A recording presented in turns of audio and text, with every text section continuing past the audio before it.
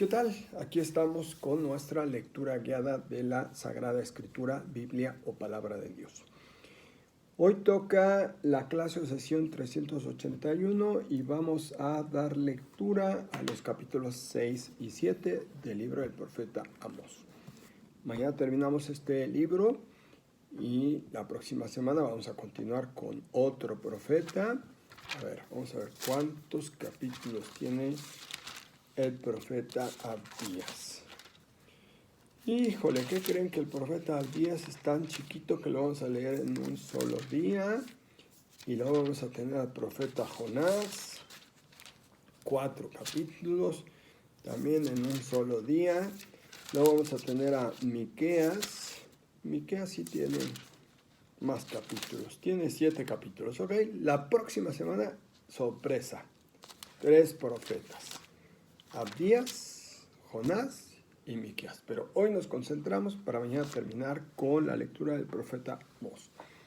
Capítulos 6 y 7. Padre, eres grande, eres misericordioso, eres todopoderoso y nos has confiado un mundo portentoso y maravilloso. Danos tu gracia, danos tu espíritu para el cuidado de la casa común y la dignidad de todos tus hijos, y vernos todos como hermanos y no como enemigos. Amén.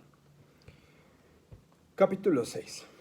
Ay de los que se sienten seguros en Sión y confían en el monte de Samaria, los señalados como jefes de naciones, a quien acude la casa de Israel.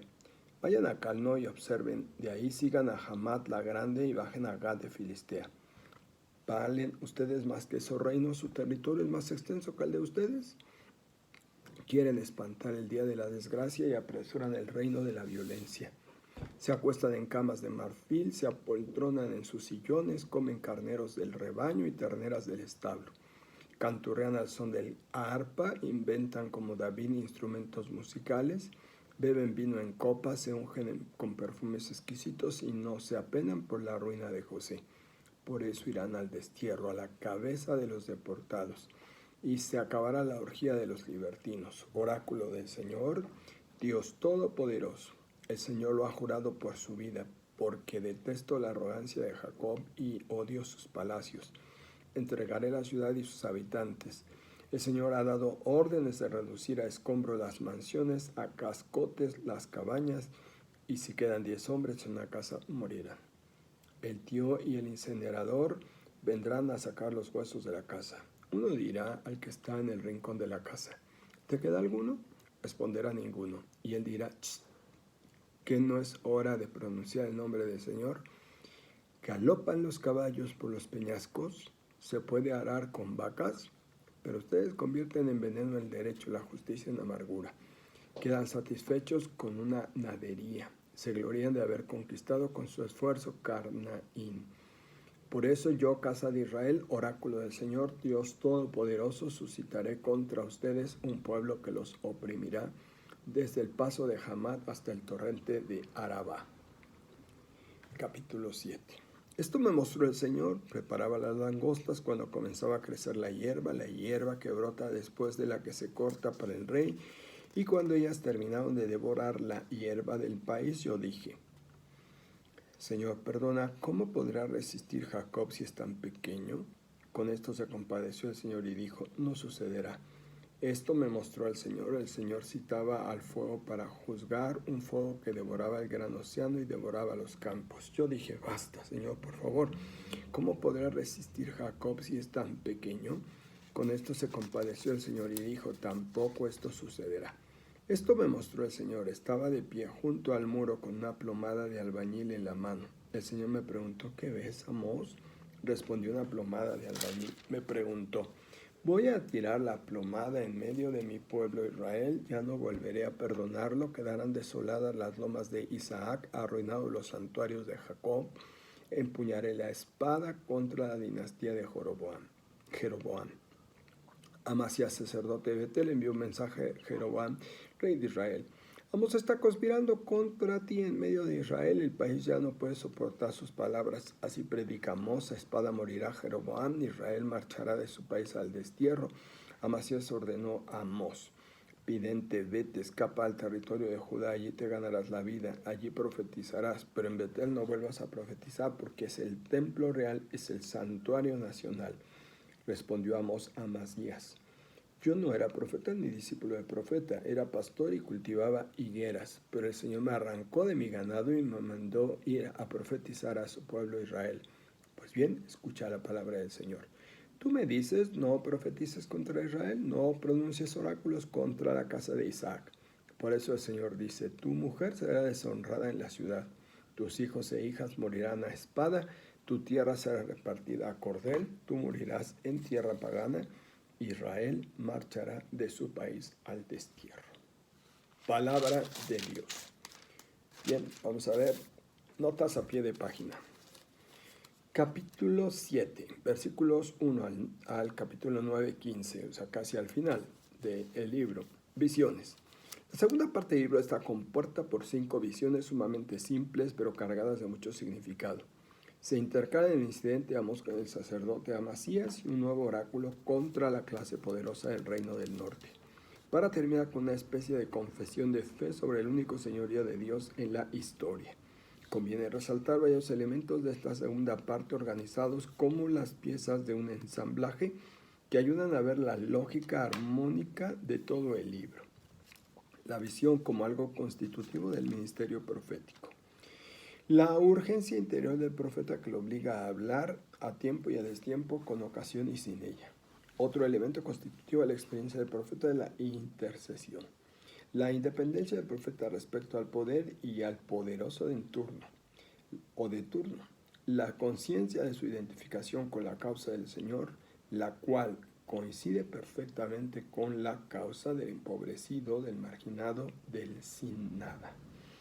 La experiencia profunda de Dios que le lleva a la firme convicción de que la palabra que anuncia es palabra de Dios.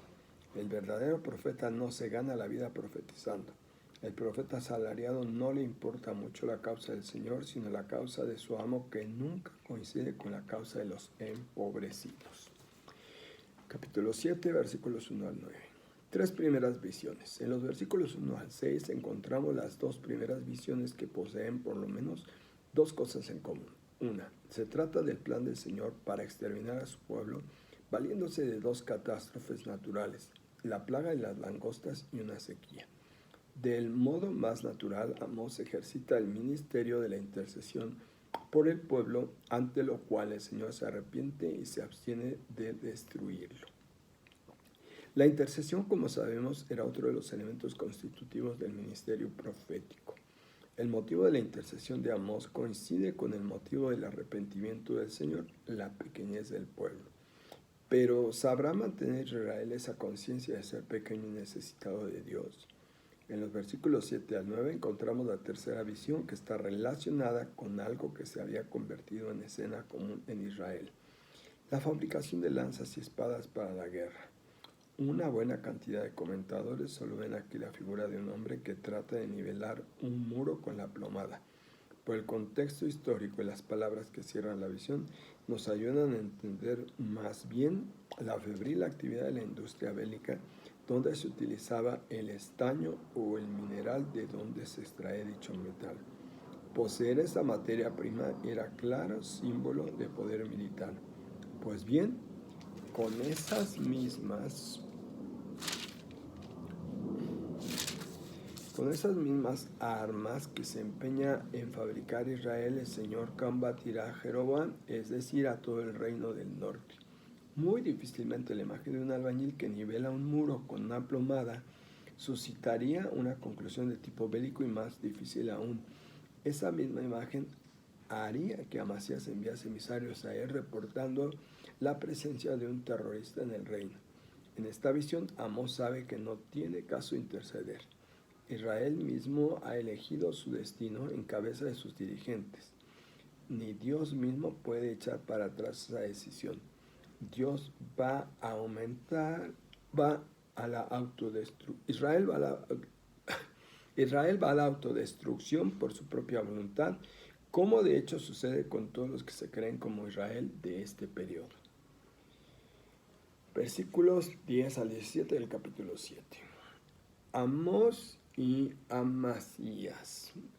Cuando la religión depende de la institución política oficial independientemente, se presentan incidentes como este entre Amós, profeta de Dios, y Amasías, sacerdote a sueldo del santuario del rey. Las perspectivas son totalmente contrarias, mientras que la voz de Amós, conciencia crítica de un sistema que poco a poco se autodestruye, busca en el fondo salvar al pueblo.